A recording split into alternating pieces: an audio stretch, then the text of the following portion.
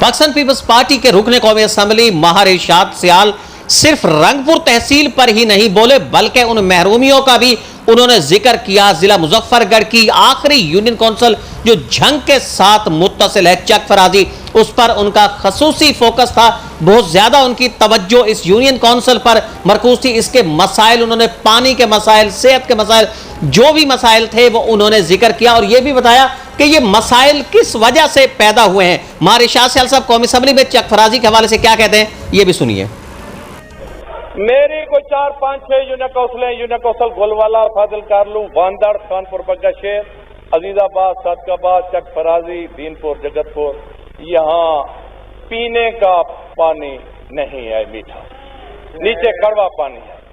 अगर आपने कसम खा रखी है कि हमने पीटीआई की गवर्नमेंट से वहां कोई डेवलपमेंट नहीं करनी, आपसे इल्तजा है कोई एनजीओ वाला तो भेज दे वहां कोई मीठे पानी का बंदोबस्त। Thank you ji, thank you, शुक्रिया जी। खेड़ा एक तारीखी तहसील है, सब तहसील है पाकिस्तान से बनने की पहले। अगर उसे तहसील का दर्जा दिया जाए तो आपकी मेहरबानी होगी। आपसे ही इल्तजा है, हमारे स्कूलों के मसाइल है, हमारे अस्पतालों के मसाइल है, रोड मुरम्मती के मसाइल है। वजीर आला साहब सरदार उस्मान खान बुज़दार साहब मेरे डिवीजन के हैं। मेरा आपके वसीला से मेरी उनसे नियाजमंदी भी रही है, इकट्ठे पढ़ते रहे, उनके वाले साहब मेरे कुलीग रहे हैं, एमपीए रहे हैं।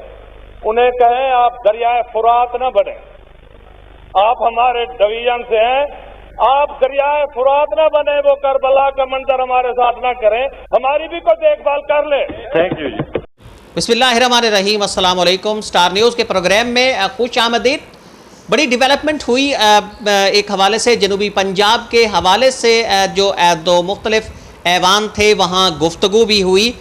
सबसे पहले कौमी असम्बली में पाकिस्तान पीपल्स पार्टी के रहनुमा और कौमी असम्बली के हल्का 182 से मुंतखब रुकने कौमी असम्बली महार इरशाद सियाल साहब खूब गरज चमक कर बोले। उन्होंने पहले अपने सराइकी लहजे में मुखातिब होने की कोशिश की, ताहम चेयरमैन साहब की मुदाखलत के बाद उन्होंने उर्दू ज़बान का लहजा तो इख्तियार किया, उर्दू ज़बान इख्तियार की। लेकिन बहरहाल इस बार महार इरशाद सियाल साहब बहुत खुल कर बोले, अपने हलके की महरूमियों पर भी बहुत ज़्यादा बोले। उसके साथ उन्होंने हुकूमत को भी ताना दिया कि हुकूमत अगर उनके हलके के अंदर कोई डेवलपमेंट नहीं करना चाहती तो वो किसी एनजीओ को भेज दे, क्योंकि उन्हें बहरहाल उनके हलके के अंदर काम बहुत ज़रूरी हैं, तरक्याती काम होने रहते हैं, तो किसी तरीके से भी उनके तरक्याती। एक तरीके से उन्होंने हुकूमत को उस वक़्त एक बड़ा ताना भी दिया जिस पर ना सिर्फ ऐवान के अंदर